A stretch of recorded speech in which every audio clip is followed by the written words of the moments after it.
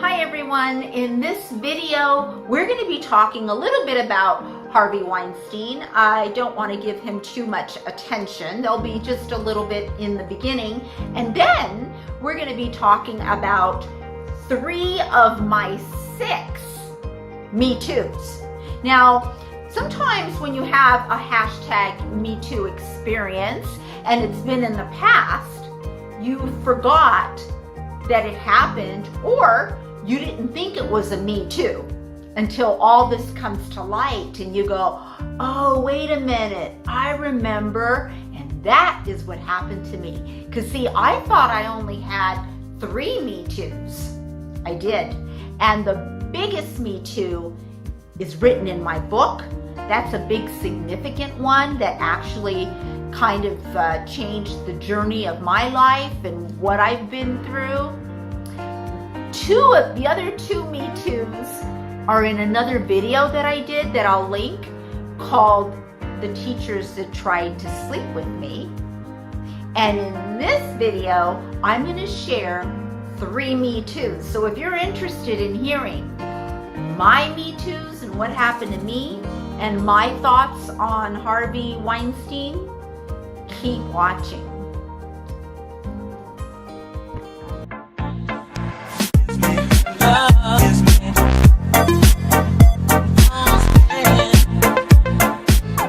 Hey you guys, I'm Moonlight Mason, and if you are new to my channel, do subscribe, leave a comment, let me know your thoughts on whatever it is that I'm talking about and what video you happen to be watching. This video, though, today, we're going to be talking about Harvey Weinstein, just a little bit, and mostly I'm gonna be sharing with you my Me Too's, okay, my hashtag Me Too's. So if you like what you see, do subscribe. All right, let's get started with Harvey Weinstein. Did you know that the first time he was reported for misconduct was in 1984? And now, up to date, today is the 25th of October, there has been 140 women that have come up and said, me too, like he molested me too. And so, you know, it's not just a Hollywood casting couch issue. That is the first thing I want to say. I've known about the casting couch, or it's been well known since, like, you know, what, the 70s or the 60s. It's like, unfortunately, it's been the powerful men who can advance your career, and in order to do that, you need to, you know, whatever they want to do with you, you know, if you do that, then you may get a role, or you might even become a star. Okay, so oh, I was going to share something about Madonna. Things just come to me, but I'm going to make that in another video, the Madonna thing. But that was interesting. I don't like what I'm doing. I gotta no. Okay, I'm going to keep going and see if I can edit that part out. All right. So yeah, so it was 1984 when the first time he was reported, and this is a huge global issue. Not only when it happens to a woman and a man, many times they feel too embarrassed to say anything. And the truth is, here in Los Angeles, people, like 5,000 people, I think the number is, move in to Los Angeles every single month, and about 5,000 or 6,000 move out every single month. We're trying to come here to make it, trying to be a movie star or make it in the music business. And so when you have someone as powerful as Harvey Weinstein saying, you know, whatever, sometimes it's really hard to speak up. And it's interesting to me that all of these well-known actresses never said anything. They never said anything. And the good thing that this has happened, the only good thing that this has happened, but it's huge, is that it's opened the subject up made women feel more comfortable about coming out and sharing their experiences. And unfortunately, I don't really see him taking too much responsibility for it. He seems pretty passé about the whole thing. And you have to remember that he has not acted alone. Many of his colleagues knew what was happening and encouraged women to go see him. Many of his assistants knew what was happening, and they were women, and they were asked to leave the room. They know, but no one said anything because that's just the way it goes.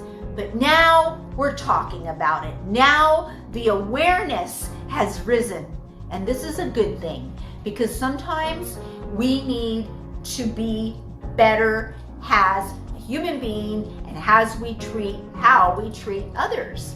And if we are treated inappropriately in any way, we speak up.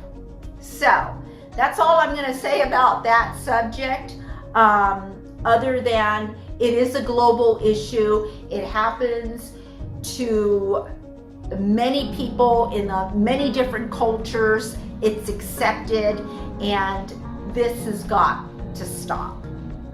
Let's get into my 3 Me Too's. Now, really, I thought prior to this Harvey Weinstein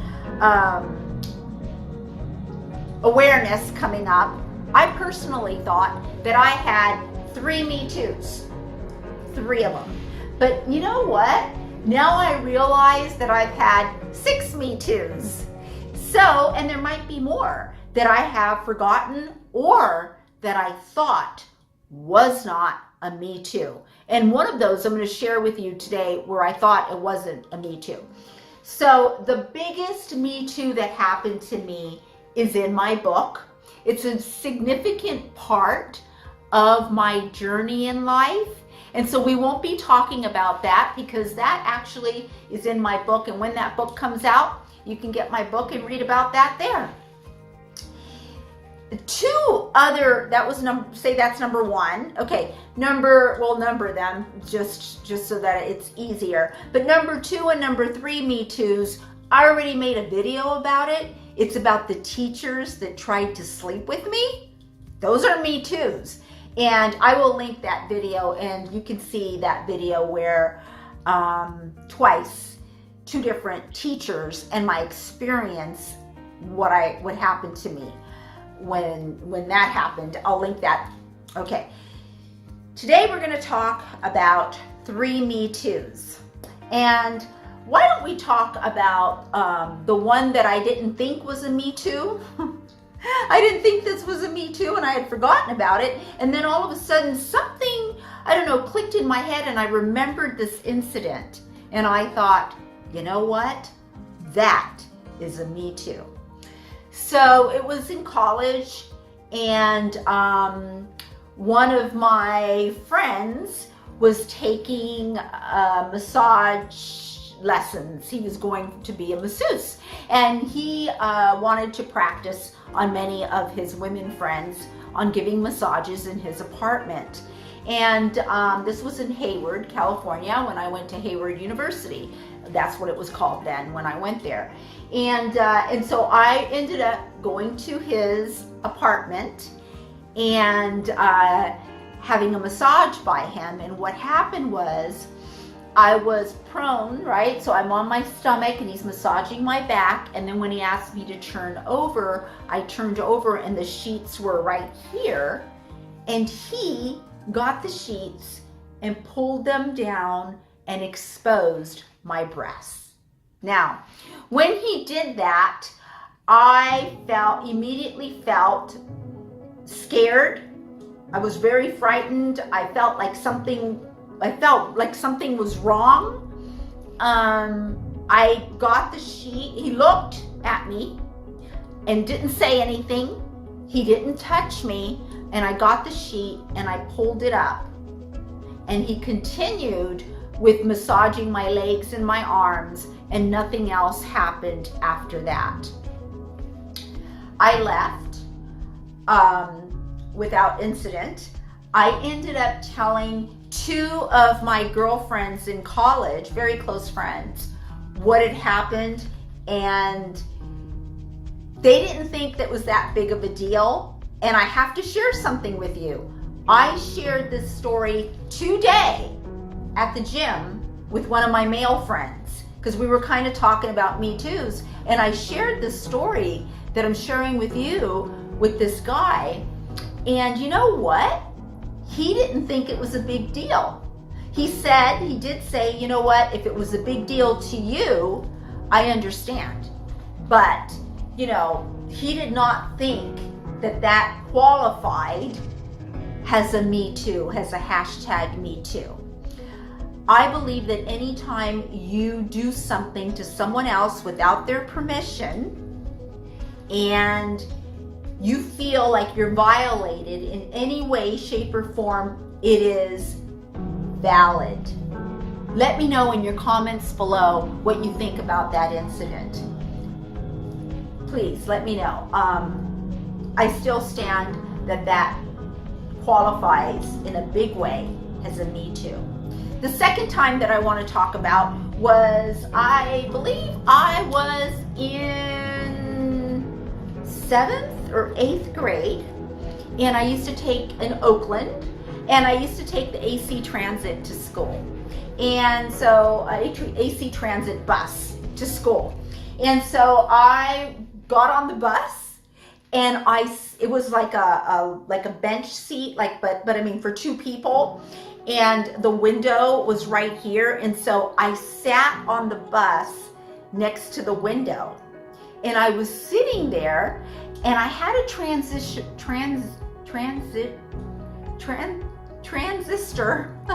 I was like, whoa, I haven't said that in a long time. I had a transistor radio. I know you guys don't know what that is, but you know, it's just a little square little radio. And I used to hold it to my ears to listen to it. And I was listening to this music on KYA, one of my favorite channels. And you know what? All of a sudden, I felt a hand right here. There was a hand right here touching the side of my breast. And when I looked down, because I felt something, and I looked down, there was a hand there. And I got so scared that I immediately scooted up on my seat, I scooted up, and the person was sitting in the seat behind me and had slid his hand through the little opening between the seat and the window. He slid his hand and did that. Okay. So I got scared and everything, so I scooted up, right? And then I scooted back, and he did it again. Now, when he did it again, the second time, I got up and I stood up and I held on to the pole and I started shaking. And I'll never forget the vision, how I heard myself and how I saw myself screaming and saying, "You mother," and screaming at him and just letting the whole bus know what was happening. Now, if you know me, that is something that I do today. If I see anyone abusing any living being, or I'm walking, I get other people around me involved by raising my voice, and it's just an instinct that I do. But back then was a different time, okay? My mental capacity when I was in 7th grade, I mean, seriously, you can compare it to a 4th grader or even a 3rd grader. I was really, and I was so fearful. I remember being so scared of saying anything because I thought that this person could get off the bus with me, follow me, kill me. I didn't want this man to anger him. And that is why I didn't say anything, okay? And not sure I feel like I didn't ever tell my parents, or I didn't tell anyone about it. I just didn't say anything. Again, it was a different time, and you're so afraid when something like this happens to you. And even if it happens to you right now, and you find that you don't have that voice, you're afraid that people aren't going to believe you, or you're afraid that the person who has harmed you is going to come after you or do something even worse. I completely understand, because I've been there. So you know now that, hopefully you know now, or I'm telling you that you need to speak up and you need to tell someone until somebody believes you.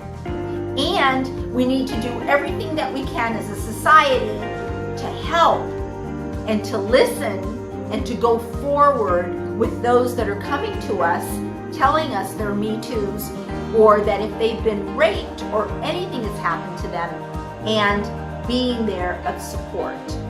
Okay, so that was the second one. Now there's a third one. I gotta glance at my notes, you guys.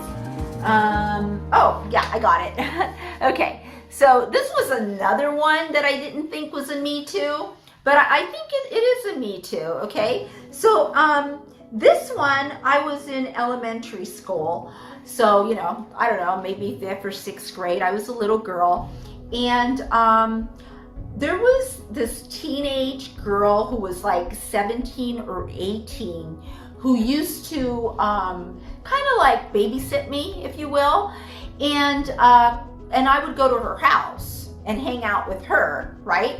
Because she would watch me. Well, there was this boys' home. It used to be called a boys' home, and this was in Oakland, and it was just for delinquent boys. And she was friends with some of these boys, and she took me there to the boys' home. She snuck me in, they snuck her in, and I don't know, I can't tell you where the supervision was that day. I'm not sure. I do know that it was a room, it was a house, and it was like a basement or something, and all of these guys were sitting around in a circle, and they were drinking and smoking pot. And I was there wearing a dress, and all I remember is that I'm not sure why I was running. Like, the guys were all sitting like in chairs, or I'm not sure if they were sitting on the floor on pillows. I don't remember, but they were all sitting in a circle, and everybody was just hanging out. They were hanging out, smoking pot and drinking. And this girl who was supposed to be watching me, she was someone's friend there, or she was dating someone there. I don't remember. But what I do remember is that I was like running around. I was running, like running with my hands like this, just running in a circle around all these guys, right? And I remember as I ran past one, he reached up into my dress and pulled my underwear down. And when he did that, I like stood frozen, and like all these guys just laughed. And then I pulled my underwear back up, and then I kind of got mopey, and I just went and sat in a corner, just being kind of mopey. And that's all that happened. That's it. That's all that happened. Nothing happened after that, other than, I guess she just finished getting high, and maybe I had contact high, I don't know, but I know that that's all that happened, because that's what I remember. So those are my 3 videos of my 3 videos. Those are my 3 experiences that I'm sharing with you in this video, in the hopes that you too come out and share with other women your Me Too's. And you know what really is interesting is men's reaction to women sharing their Me Too's. I've seen a lot of Me Too's, hashtag Me Too's on Facebook, and I've seen a lot of men respond like surprised. Like, really? did all this happen to you? I mean, how many more women are out there with Me Too's? Like, they're really surprised that this has happened to so many women. And to be honest about it, I felt like, wow, I wonder how many friends I've had or people, women that I've hung out with that have had hashtag Me Too stories, and we have not shared them with each other. So now is the time to share. If you would like to share your Me Too story, you can leave it in the comments below. Know that times have changed. You no longer have to be ashamed, embarrassed. You don't have to think that it was your fault for wearing something inappropriate. It's never your fault, right? It's actually everyone involved needs to take a stand for a change. Us women, what we need to do, our responsibility is to share our experiences and speak out. The more we do that, the more we encourage other women to do the same. And men, your responsibility is also to stand up and do the right thing when you see, or if you see, something inappropriately happen. And this is true whether it's abuse or of any kind of misconduct towards, listen to me very carefully, towards any living being. I will always stress this in every video I make. It doesn't make you any different because you're a human than an animal. If you see any animal being sexually molested, and that happens more than you know, or being abused or neglected, you need to speak up and share this. Share it on Facebook, call animal control, call the police, share it so that we as a whole can become better human beings. Okay, all right, you guys. Thank you for watching, and do share this video if you think it'll help anyone. Leave your comments below, and I'll see you in my next video. Bye.